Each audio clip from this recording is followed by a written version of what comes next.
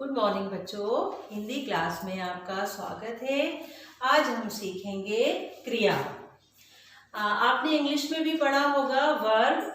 क्रिया को वर्ब भी कहते हैं इंग्लिश में, और हर भाषा में हम इसको पढ़ेंगे। अब हिंदी में हम क्रिया को पढ़ेंगे, तो पहले आप क्रिया को समझ लीजिए। क्रिया है किसी काम का करना या होना।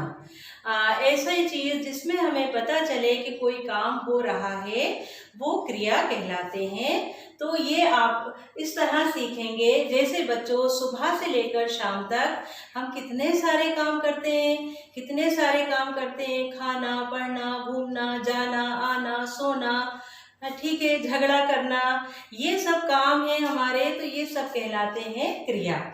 तो जब भी आप इसको भाषा में सीखेंगे तो सबसे पहले हम इसकी डेफिनेशन, इसकी परिभाषा सीखेंगे कि इसकी परिभाषा क्या है।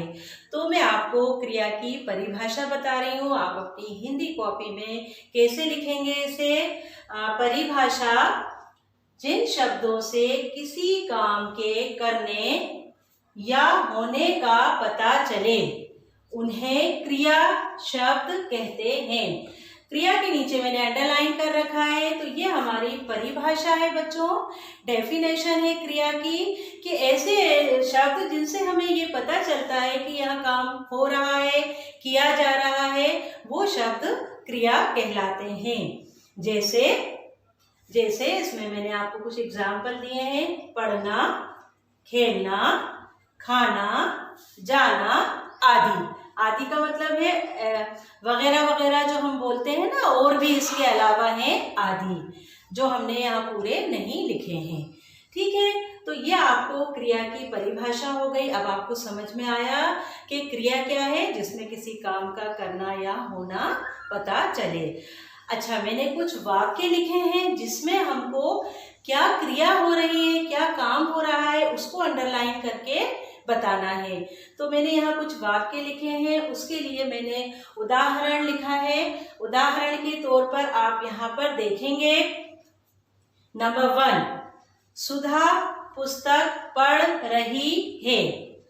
तो बच्चों इसमें भी कुछ काम हो रहा है, क्रिया हो रही है, तो मैंने अंडरलाइन करा है पढ़ रही है। तो यहाँ क्या काम हो रहा है?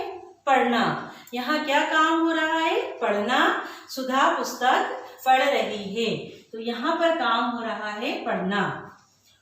उसके बाद नंबर 2 पर आइए, मछलियां तैर रही हैं। क्या कर रही हैं मछलियां? तैर रही हैं, वो भी एक काम है उनका, तैरना। तो मैंने तैर रही हैं को अंडरलाइन किया है। आपके पास ऐसे वाक्य लिखे आएंगे कि क्रिया शब्दों को अंडरलाइन कीजिए, तो आप उसको ऐसे अंडरलाइन करेंगे। उसके बाद नंबर 3, श्वेता नाच रही है। क्या काम हो रहा है बच्चों? यहाँ पर नाच रही है, वो नाचना भी एक काम है ना, क्रिया है, एक्शन है जो श्वेता कर रही है, तो मैंने उसको अंडरलाइन कर दिया है, क्रिया श्वेता नाच रही है। नंबर 4, बच्चे झूला झूल रहे हैं।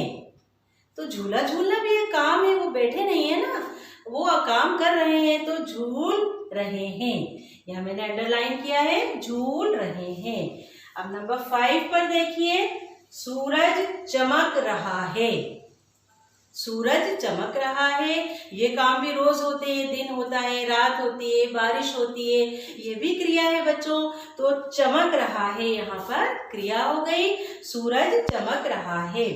तो एक बार फिर से देखेंगे बच्चों, क्रिया हमने सीखी आज, जिसमें हमें किसी काम का करना या होना पता चले।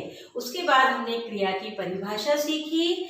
फिर हमने ऐसे वाक्य सीखे जिसमें हमें पता चल रहा था कि कहाँ क्रिया हो रही है, और उन्हें हमने रेखांकित किया, अंडरलाइन किया।